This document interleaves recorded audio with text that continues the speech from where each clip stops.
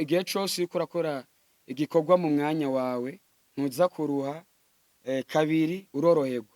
Rero novuga ko iki nico gihe kugira ngo tugarukane iyi edition. Rero ikintu twisunga ubwa mbere n'ijwi ry'Imana riba inyuma yacu hama rikadutera gukora. Hama mw'iyi evenema twavuze ko aba ari akaryo keza ko guhimbaza Imana kubw'igikorwa c'umusaraba. Rero aba ari akaryo keza duhimbaza Imana kubw'igikorwa c'umusaraba twibuka umwami wacu Yesu Kristo, tugahimbaza Imana kubw'ubuntu bw'Imana, kubera ko abantu bose tubayeho kubw'ubuntu bw'Imana.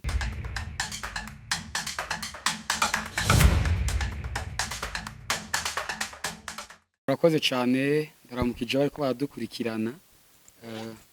Nitwa Faustin Baraka, nsanzwe ndi umurongozi wa Revival Team, ihuriro ry'abaririmbyi bo muri komine Mugere. Twatumiye abanditsi n'abamenyesha makuru kugira ngo tuvuge ku bikorwa turiko turategura itariki 26.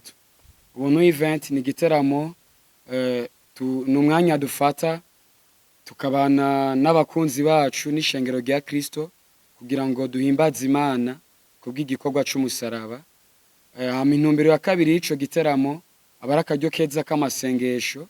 Turasenga, tugasengera igihugu, turafise umwanya wo gusengera imiryango, gusengera imitwaro itandukanye. Hanyuma nyuma y'amasengesho tuba twiteze intahe, tuba twiteze ibitangaza, kubera ko aba ari igikorwa c'ubwiza kiri spirituel. Rero turiteguye cane, itariki 26 uyu mwaka azoba ari edition igira gatatu. Tubahaye ikaze kugira ngo muzobane natwe muri ivyo bikorwa. Tuzoba turi kumwe n'abandi baririmbyi twatumiye, kandi vy'ukuri bizoba bimeze neza. Tuzoba turi kumwe n'abakozi b'Imana basizwe amavuta, aba apotre, aba pasteri n'abavugabutumwa impande zose. Urumva ko ari ibintu bimeze neza. Hama ibindi navyo abantu bokwitega muri evenema, twebwe dusanzwe turi abanditsi b'indirimbo, ni groupe irimwo abaririmbyi batandukanye. Tuzokoresha indirimbo ziwacu umwanya munini, ibice 80%, kandi tuzokoresha n'indirimbo z'abaririmbyi ba hano muri komine Mugere, kubera ko iyi groupe ni groupe y'ihuriro ry'abaririmbyi bo muri no komine. Rero tuzokoresha cane indirimbo za hano mu karere. Rero turahaye ikaze abarundi, abari hano mu gisagara ca Bujumbura n'abari mu micungararo, abo bishoboka ko bashika bazoze babane natwe muri bino bikorwa. Murakoze.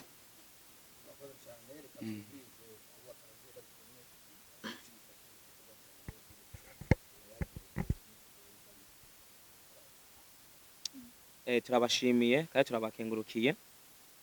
Twe turi ngaha nk'umugwi Revival Family, Revival Team. Iki gikorwa turagikunda cane kubera ko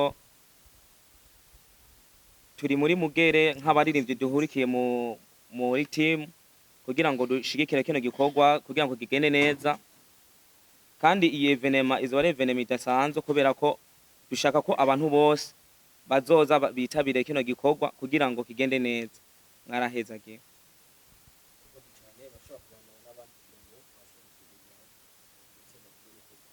Shalom, shalom. Shalom. Ndaramukije abariko baratumva bari mu bindi bitandukanye, na cane cane mu gihugu cyacu cy'u Burundi. Hama nanje ndi umwe mu baserukira Revival Team, umwo mu bagize igiro yayo. Hanyuma no munsi turaryohewe cane, turanezerewe cane kuntu turiko turagira ibiganiro kugira ngo igikorwa twihaye canke ihangiro dufise dushobore gushikana ubutumwa kure. Rero turanezerewe kuba mwashitse. Hanyuma 26 z'uku kwezi turafise evenema yagutse cane irikiyemwo abanyamuziki bose bo muri komine Mugere shasha. Rero twaragiye hamwe n'abanyamuziki turiyumvira ko twotegura twane kiniya cagutse, na cane cane dukoresheje indirimbo zacu zo ngaha nyene mu Burundi. Rero nyamukuru dutumira abantu bose ko bohashika kugira ngo barabe ivy'Imana iriko iradukoresha, kumbure ababohoka babohoke, abakira bakire, ko no masengesho tugira turasengera ivyo bikorwa cane, kandi turagiye mu nteguro turimwo twifuza ko abantu bazoshika ku mwanya kugira ngo babone ibikorwa vyacu ko bipanze, ko dukora. Hanyuma vyinshi aho dukorera dusanzwe tuzokorera muri Shalom Temple, hanyuma twifuza ko abantu bazoshika kandi bakadushigikira cyane. Murakoze cyane.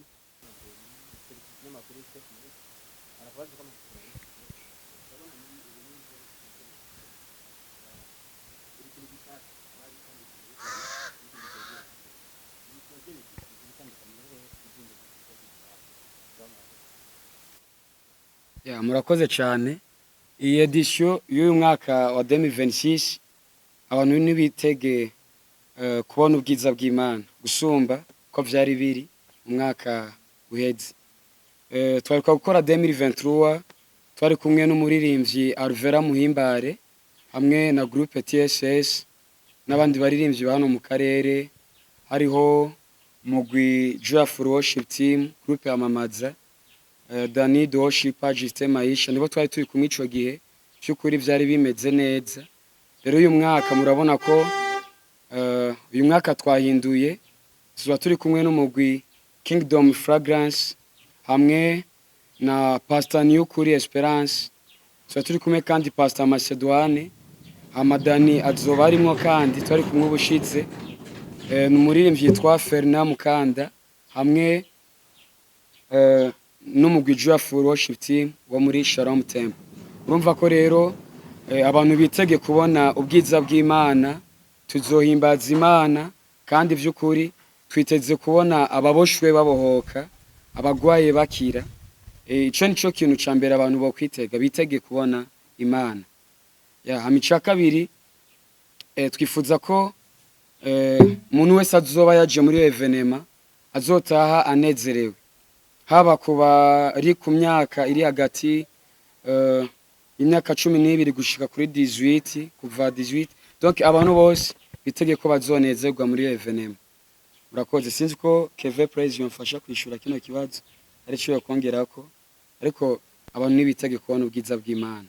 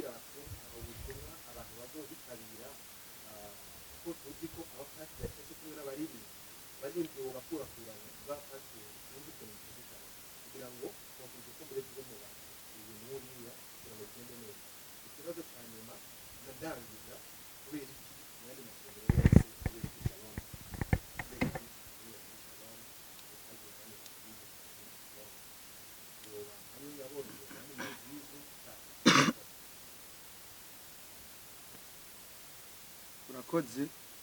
Tubajije neza. Ikibazo ca mbere cavuga ngo eske kuba tazi revival team babisigura iki, cyameze gute? Mu Kirundi revival ni kanguru.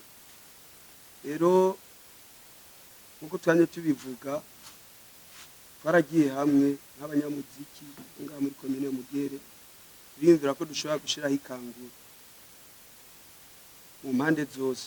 Turavuga ngo turakeneye abanyamuziki ko tuba hamwe kugira ngo twagure ubwami bwa Kristo. Hanyuma babandi bakibosho canke babandi bakiri muri vya bindi tubabwire ko Kristo ari. Hanyuma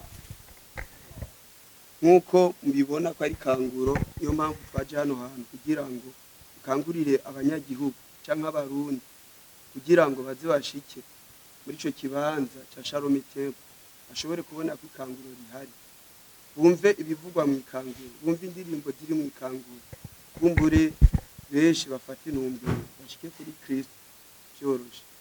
Niyo mpamvu ikanguro twarishitseho. Nibaza ko ikibazo cya mbere shoye kucishura. Hanyuma raba turi kumwe nabo uca bishurikiye ikibazo kigira kabiri. Ico novuga impamvu twahisemo gukorera mu Nyabugete muri Eglise Shalom Temple. Iyi evenema novuga ko ni evenema twifuza ko izokura ihinduke festival, ubuntu festival. Imana idukundiye amanibiye kandi bikadushobokera, tuzogaruka mu evenema turi muri festival, ubuntu festival.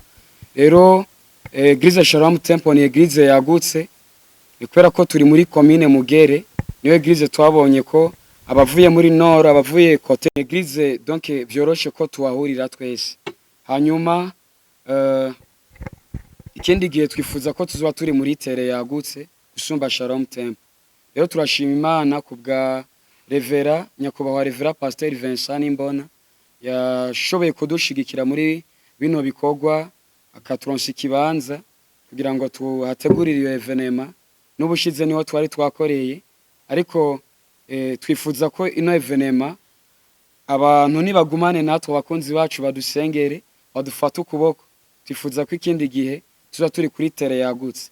Hanyuma ikindi naco novuga, kwinjira ni ku buntu. Twashimye gukorera mu karere turimwo, kubera ko zone Ruziba novuga ko ni zone yoroshe muri commune Mugere, uko nariko ndabivuga bavuye impande zose biroroshe ko baza mu Nyabugete tugahura tugahimbaza Imana.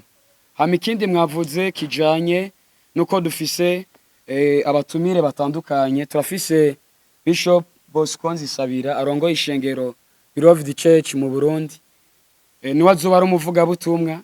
Hambavu yo guhimbaza Imana tuzofata umwanya w'ijambo. Turafise kandi Evangeliste Renovanda Yizeye, tuza turi kumwe mwiyo evenema, numwe mu bashigikiye kino gikorwa, hamwe na Helen Entertainment, ni ministere asanzwe arongoye isanzwe ufasha abanyempano gukura.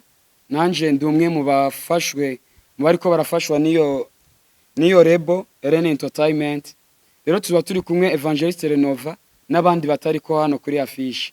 Ni kuvuga ko twavuze ko ubuntu event twadufise umwanya wo gusenga no guhimbaza Imana, hama tukitega ibitangaza vy'Imana.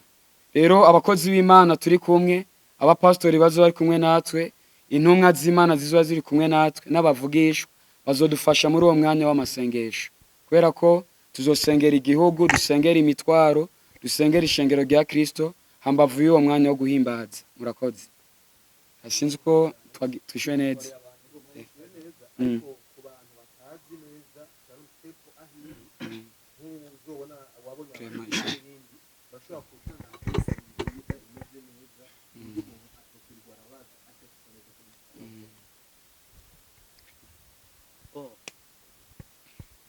Ashaka nishure ku kijanye na adresse y'uburyo ku bantu basanzwe bava mu gisagara ca Bujumbura, mu Kanyosha, Kukikama hirya. Urashobora gufata bisi kakuzana kagushikana aho bita ku Mutarabanyi hino gatoyi yo ku Byagaparata. Aho ni ku bantu bazoba baje bava mu karere ka Nord, ariko ku bantu basanzwe bari no mu karere ka Sud nabo nyene adresse ni nkiyo nyene. Iyo ushitse tujista aho ku Byagaparata gacuza ku Mutarabanyi, urashobora gufata ni moto cyangwa mu motari ukamubwira ati manukana kuri Eglise ya Shalom Temple. Ono kuvuga ko ni barabara rimwe gusa nyene. Iyo wabikoze mu ubwo buryo nibaza ko iyo adresse ishobora kubikwiye cyane, udashobora gutakara, arashobora kuhagushikana neza cyane mu mahoro menshi. Urakoze.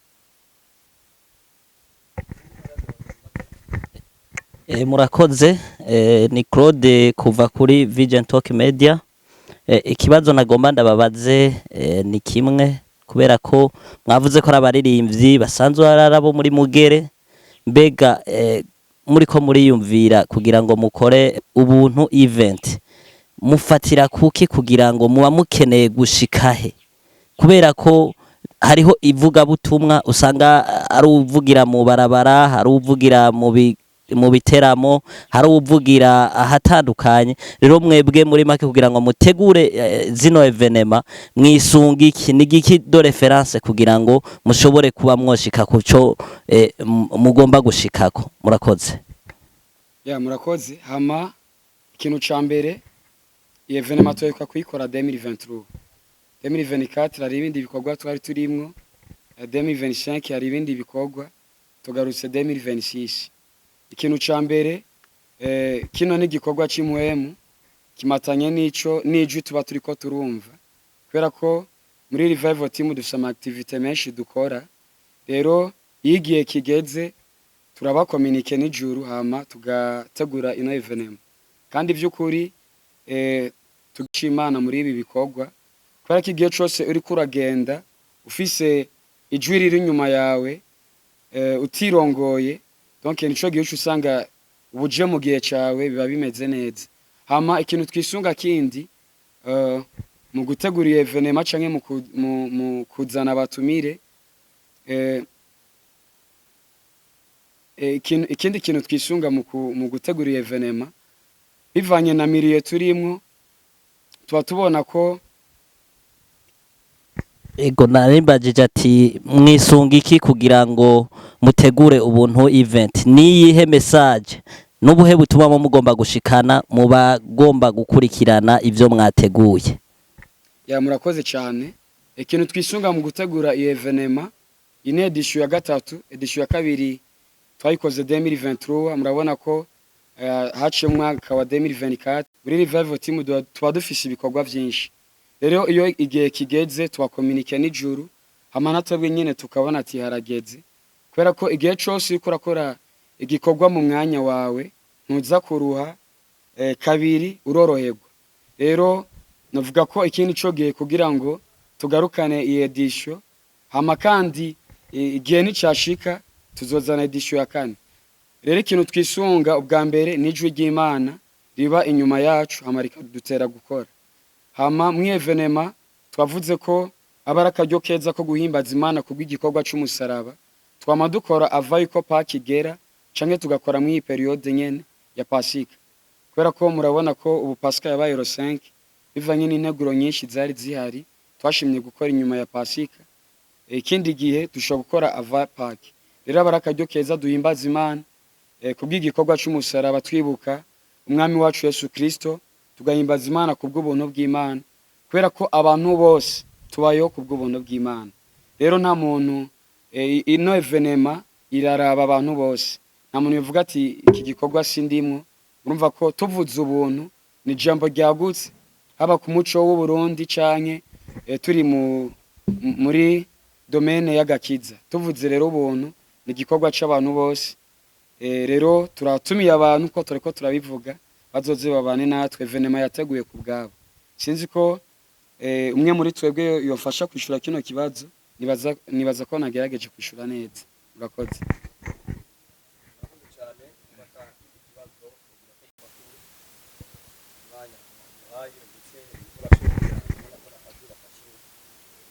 neza bagomba rero tubashimire tunabasaba yuko ubutumwa bashobora gutanga mu gishana kure nabitse kandi ko n'ibitera bitari kubirengera standatu kurikira igihe cy'isaha 10 bya bitanga kimira abarundi bari benshi gishana kure tunabashimire rero cyane kumanya mwaduhaye dushimire cyane ibibazo byanyu murabaza dushimire cyane n'abafatanye ngo message ishike kure tunabashimire kugira ngo bashobore kuza kuri iyi evenema ubuntu event kugira ngo baza ari benshi babohoke abatarakizwa bakike kubw'iyi evenema ezagira bariko baritegura ubahamagara neza no kubagirira neza mu byabo byose kandi cyane n'ubuntu n'umujyanye n'iby'uburyo ibisigaye byose ubidubere mu Rwanda bakizaba.